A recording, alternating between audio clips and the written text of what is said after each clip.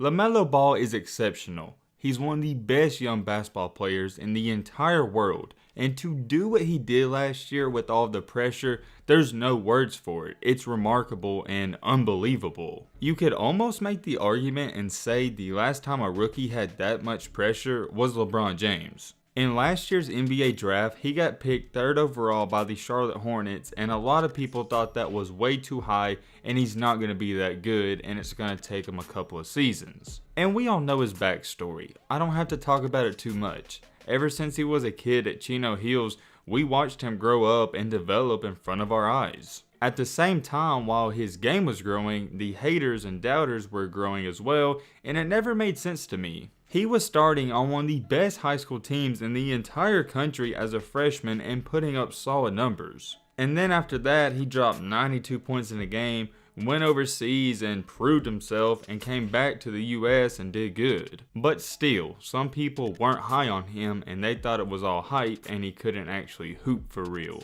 I think most of that comes out of people being jealous and envy of his father, LeVar Ball, who always hyped up his sons. LeVar always got a lot of backlash and people made fun of him, but nowadays people are praising him and saying he was a great father. It's funny how the tables turn. When LeVar was talking his stuff and saying his sons were going to be in the NBA and some of the best players one day, people laughed at him. But now that it's coming true and that's no longer a dream but it's a reality, people are like, oh crap. Maybe he knew something that we didn't. We're not here to talk about the other Ball brothers, we're here to focus on Lamelo and another player in this video. Lamelo did extraordinary things in his rookie year and he was putting on a show, and I'd say he even exceeded the expectations. I want you to really sit back and think about this. He made the Charlotte Hornets must-see TV. Think about that. He had casual fans out here tuning in to Charlotte Hornets games. Like, what? When's the last time you've heard anybody say they were excited to watch the Hornets play basketball? I've never even heard it in my life before LaMelo went there. He went off, and every bit and ounce of praise he gets, he deserves it because there was so much pressure on him and I can't emphasize that enough. But however, with all that good stuff being said, only a year later, there's been another NBA draft and the Hornets have picked up another guard. And this guard that they selected in the draft goes by the name of James Bouknight, and he has the potential and he could be better than LaMelo Ball. Whoa, hold on, pump the brakes. I'm not saying he is better than LaMelo Ball, because right now when I'm speaking, I think LaMelo is head over heels better than James Bouknight. But what I am saying is he could eventually, in 5 to 10 years, be better. He has the potential and he has the upside, so don't think I'm saying he's better than LaMelo right now. Calm down. I want to make this very clear too. I think LaMelo is great, phenomenal. There's so many words to describe him, and he's barely in his potential. He's going to get a lot better. Let's talk about his new teammate though, and I feel like I need to give you an introduction and some backstory behind his game because not too many people are talking about him, and I don't know why. He was a lottery pick and great in college. I'll give you some of his basic stats first, but last year in college, he averaged roughly 19 points per game, 6 rebounds and 2 assists. You know, when you look at those numbers, they're not too crazy. They're nice, but they don't jump off the paper at you. You'd have to watch James play in college to understand and realize the hype around him. For a point guard, he's got great size. He's 6'5" and 190 pounds. I understand that the Charlotte Hornets also have Terry Rozier, and I don't think Bouknight's going to come in right away and take his starting position, but maybe in the long run, 3 to 4 years, he could be starting and take his spot or go somewhere else. Why do I think James could possibly be better than LaMelo one day? It has a lot to do with his scoring ability, and that's why he got drafted so high. When players get drafted in the lottery,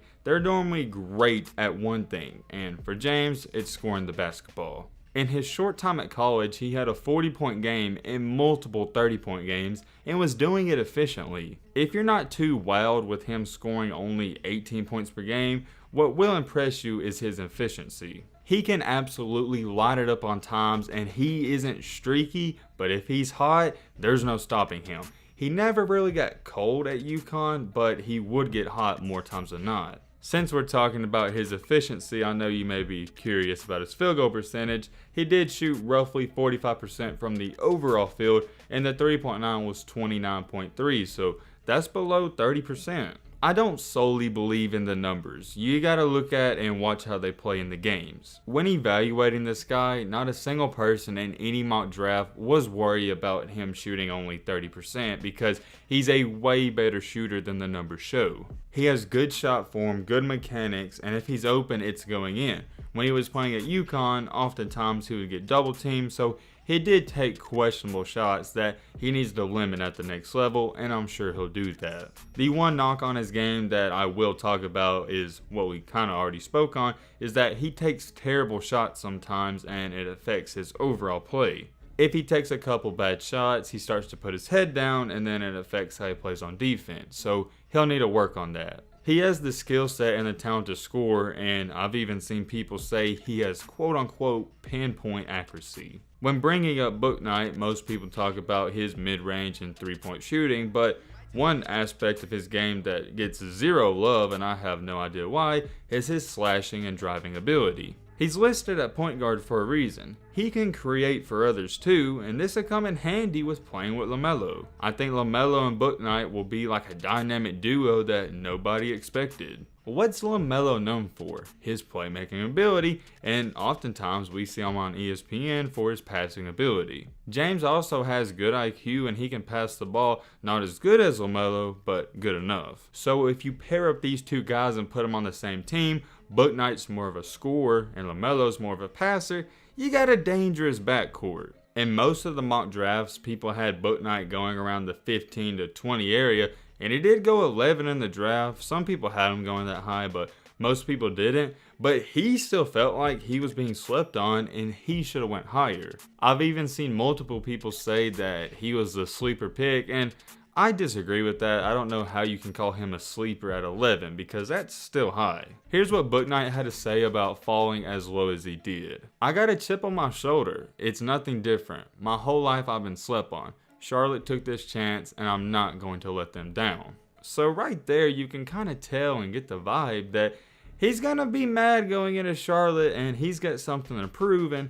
that's what you like to see and hear. You don't want a guy who's going to be comfortable and not put in the work. I think this guy, he's going to put in more work and he's going to be extremely successful. I never thought I'd say this, and I don't think anybody thought they'd say this, but I think I speak for everyone. We're excited to see the Charlotte Hornets play basketball, especially in front of fans. Of course, you got the main ticket Lamelo, but now you got this kid coming in, and I think he's going to be one of the fan favorites. I'm wishing James the best of luck, and I hope he sees a lot of success in his NBA career. I'm sure he will, and hope he continues to work hard. Let me know what you think about this in the comment section. Could he possibly be better than Lamelo one day? Is he going to be a bust? Let me know. But with all that being said, that's going to wrap up this video. I hope you guys enjoyed. Hope you guys learned something.